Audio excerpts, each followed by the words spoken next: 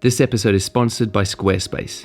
Whether you need a domain, website, or online store, make your next move with Squarespace.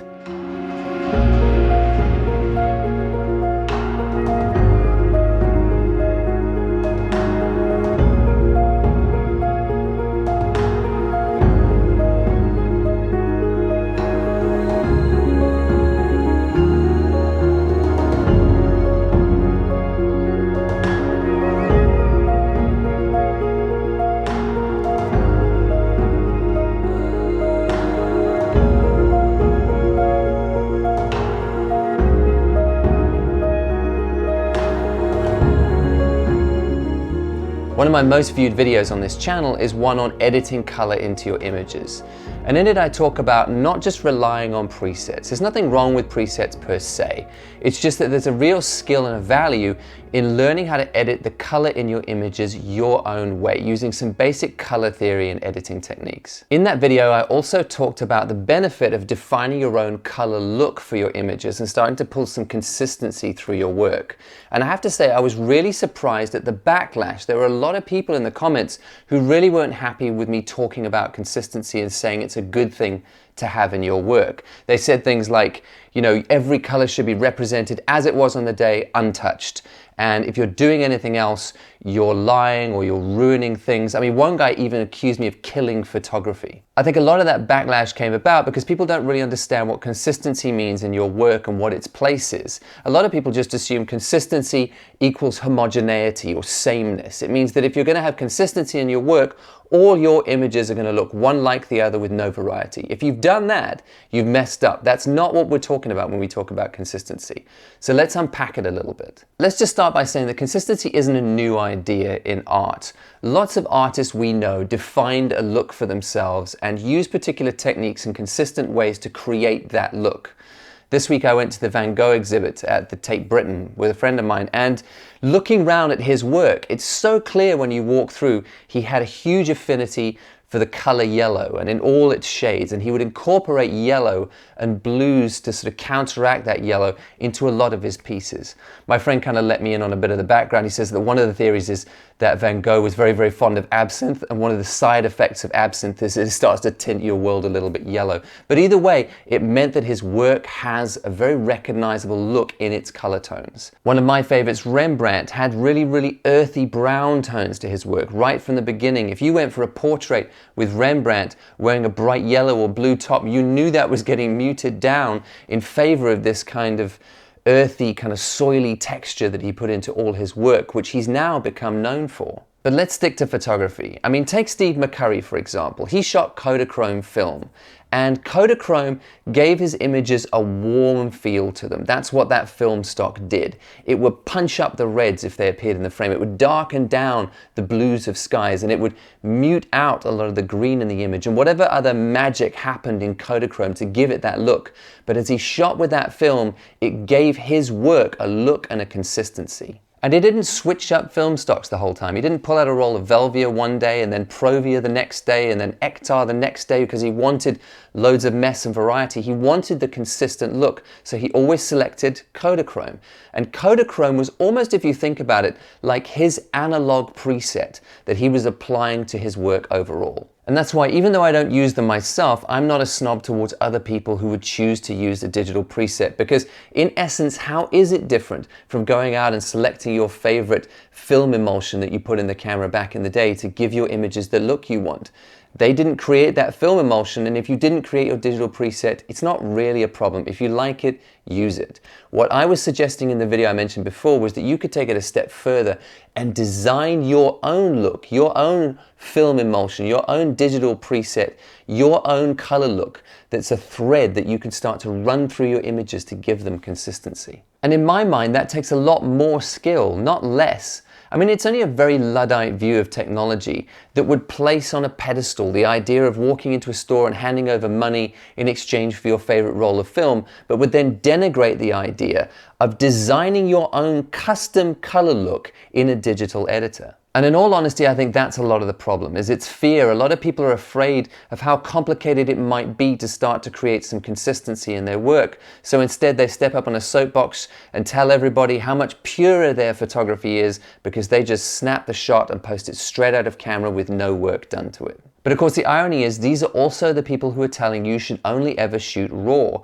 And a RAW file is just a collection of data. It's not even really an image yet. You have to pull that file into a program like Capture One or Lightroom or Camera Raw or some other RAW converter that reads that data and turns it back into an image. And each one of those programs will do it slightly differently and give you a slightly different image. And a RAW file is designed to hold as much information and dynamic range as possible so that you can go to work on it. It's why your image in a RAW converter often looks quite flat and dull, because the expectation of a RAW file is that you will put your stamp on it in terms of how much color and how much contrast and what happens with those individual colors, because it's expected you're going to create your look from that file. If you want to post pictures straight out of camera, you're actually much better just shooting JPEG in camera with your favorite picture profile applied. I mean, when I shot Street with the Fujis, I would use JPEG and I would use the classic Chrome preset because I considered it my film stock. It gave me the look that I wanted. And I'm 90% of the way there. If I wanted to do any tweaks afterwards, they were minor before I just posted straight away. But if I shoot in studio, I'm going to shoot RAW because I want all that information, all that dynamic range. But I know that I'm going to have to go to work afterwards. It's going to take me a while to bring back that contrast, that color that defines the style of photography that I want to present to the world. But consistency is more than just about color, and people ask me this question in lots of different areas. And in general, why does my work need to be consistent? Why is that important?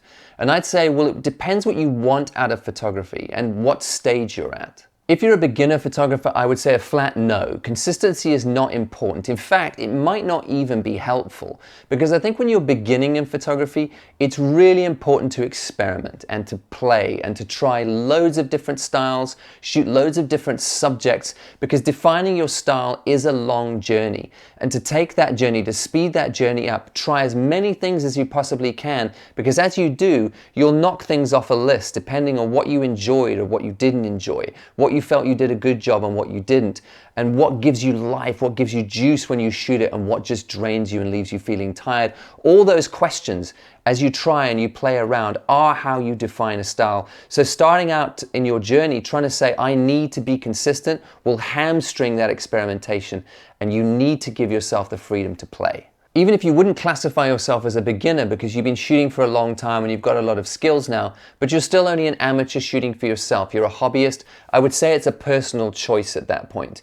It's up to you whether you start to build a style and a look to your work, or if you prefer just to shoot a bit of everything your way and have your edits be different and not consistent with each other and playful. That's absolutely fine. If it's only about you, for your creative output, fill your boots, do your thing. But if you have any aspirations with your photography, either to make money as a professional photographer or to build any kind of following of your work, then I'm afraid, yes, consistency matters. I've been on the other side of this industry. I ran photography studios for 2 big companies, and it often happened that there was just too much work for me to get through on my own, so I would need to hire other photographers to come in and help out for a season.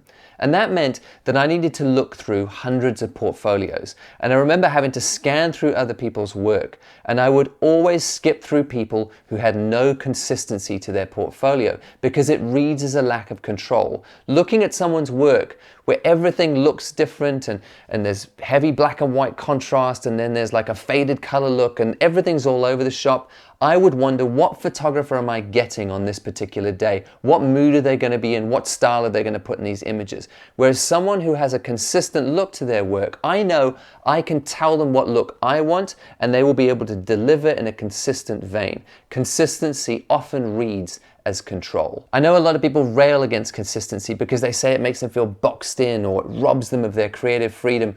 But trust me, when you're handing over a portfolio, asking people to hire you for work, it can't be undisciplined. You have to show that you have control over your art form, and consistency will do that for you. Take my word for it. Even if you don't care about making money from your photography, but you want to build some kind of following for your work, consistency is still important. And test me out on this. Think about the photographers that you follow on Instagram or any other social media platform.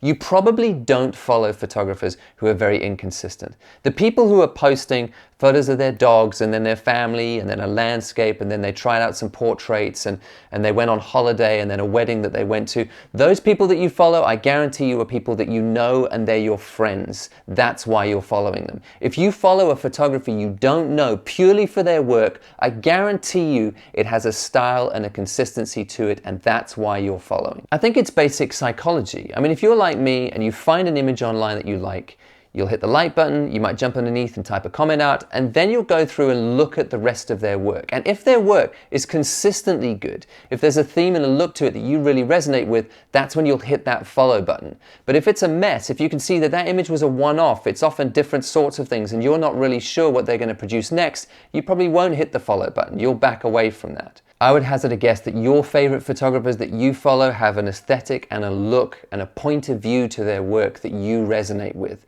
And it's going to be the same for people who follow you. And the best photographers you follow, you can actually recognize it's their work before you even look at the name. I think I could tell a Salgado image, an Annie Leibovitz image, a Steve McCurry image. Before I read the name, I would know it's their work because they have a view of the world and an aesthetic that I resonate with and I'm now familiar with. It's almost like if my favorite authors put out a new book into the world, I will buy that book and read it even if I know nothing about it because I trust their voice. It's the same with photographers. There are photographers who I've come to know and trust their visual voice, and wherever they go in the world, I want to see how they see things. Does all this mean that professionals are now constrained and we can't be creative or experimental anymore because we're locked into our style? Of course not. We have to experiment and play and try new things out. It's how we grow. But I would just say be careful about where you show that work. I mean, I'm working on some stuff at the moment with medium format film photography that you're not seeing much of because, to be honest, it's still a mess. It's all over the place. I'm still working on it. I'm still trying to define an aesthetic for it and how I want to use it. And I'm playing and really enjoying the experimentation there. And when it's ready, I might roll it into the mainstream of my work and start to release it through that. It might even go in my portfolio if I really like it and feel like it fits in there. Or it might be a standalone project on the side that has its own aesthetic and consistency to it. The point is, I'm going to experiment and play, but you're not going to see it until I'm ready. I think about it like stand-up comedians building their new hour of comedy. I mean, if they're a big deal, they're not going to book stadiums and fill them, which they could do, just to work on their material and try out new jokes. They're going to go to small comedy clubs with 20, 30, 40 people for 6 months just to slowly work that material out, to read the reactions to people, to rewrite things, to change it so that the hour that they build is consistent in quality to the work that they've done previously. And when they feel it's ready, that's when they announce their tour and start to fill stadiums and release that work to the general public. And that's how I think of my work as a professional photographer. So if you're somebody who either has aspirations to work professionally or to build a following, let's talk about a couple of kinds of consistencies that you can start to build into your work. First one is developing a consistency of look. And your look comes down to a cocktail of details. Things like the focal length you like to shoot with, the colors you like to include in your images, the light you like to shoot in, the editing techniques that you use, the contrast levels you pull into your images across the board. All those things will define the look that you have to your work. I mean, take my work, for example. So if I just look at my Instagram and the street work I do, I shoot mostly on 28 to 35 mil. I like hard light, that's what I usually shoot in. I'm quite fond of a diagonal slice of shadow across a frame, but I'm usually playing with shadows, and I'm making sure that in the edits that I do on the images, whether it's color or black and white, that the contrast ratios and the depth of the blacks is roughly similar. And personally, I don't feel constrained or confined by that style I've chosen for myself. It took me years to get there. I really like it. I like that I have an aesthetic and a view of the world. I like that when I take myself out to shoot, I might see things that other people might miss, and I can take those shots and edit it and put my stamp on it and present it to the world, I like that I have that visual voice. So if you want to start to think about the consistency of your look, it does come down to working out what is your visual voice. And you do that by answering a number of questions for yourselves. What images have you taken in the past that you really resonate with? What was the compositional technique you used? What sort of colors do you like seeing in your images? What sort of contrast ratios do you want? What sort of focal lengths give you the view of the world that you want to display to everybody else? Because when you run those details through your images, that starts to create a consistent look for you. The second sort of consistency to think about is a consistency in your subject matter. It's one of the most frequently asked questions I get. People say, I want to build a website for myself and show my images to the world, and I've got some lovely landscape stuff, but you should see the food stuff I took on my recent holiday to Santorini. It was beautiful. I took beautiful photographs there. I've got some lovely portraits of my friends. I want to load all that up, and I've recently gone to my friend's wedding and I took some amazing shots there. I want to load those up as well. And then they tell you at the end of all that their purpose with that website is to become a wedding photographer. Now, think about it for a minute.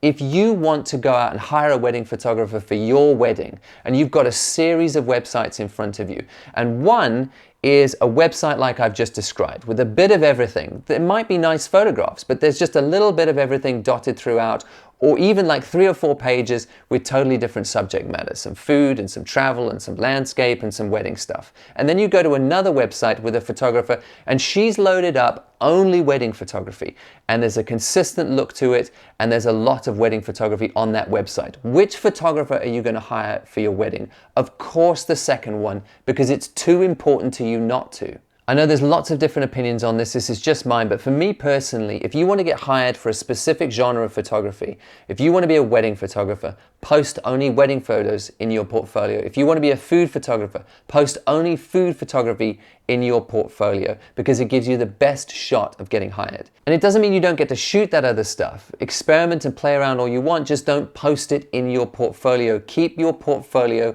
a clean declaration of the sort of work you want to get hired for. And the same goes for Instagram. Make sure that if you're trying to get hired on Instagram for a specific sort of work, or you even want a following around that genre of photography, make it the best of your images in that vein.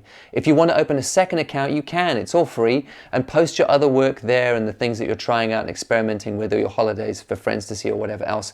But as far as your portfolio goes, make it a clean declaration of the work you want to get hired for. At the end of the day, this consistency issue is entirely down to you. What do you want to do with your photography? If you're just starting out and beginning, don't worry about it yet. It's not important right now. If you're just shooting for you to learn, experiment and play. It is how you learn best. If you're a hobbyist and you're just shooting for yourself, it really doesn't matter. Shoot for you. Do what you want to do. If you want to take on the challenge of building a consistent look to your work, do it. But if you don't care about that, shoot and post whatever you want. Fill your Instagram or your website with wildly inconsistent but hugely creative work, because you just get joy out of it. It's absolutely fine. But if you're getting to that stage where you're starting to think, maybe I could build a career out of photography, I'm really enjoying it, maybe I could make some money from it. What if I could turn this into the day job? Or even if you don't care about the money, that you're starting to think to yourself, I'd love to build some sort of following around my work, it is time to start looking at how consistent your images are.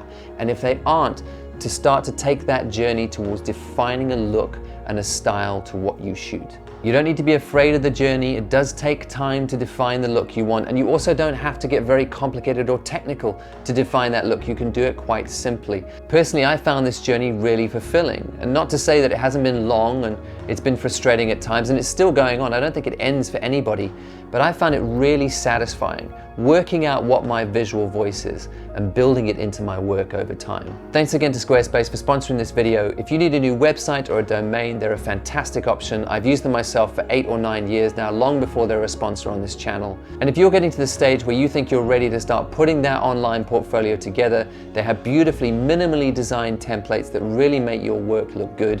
And they've just recently released an app which helps you manage your website on the go. It's fantastic, so I can change out images and change text and move my website around just from my phone, so it couldn't be more convenient. Start your free trial today at squarespace.com and go to squarespace.com/Sean Tucker to get 10% off your first purchase.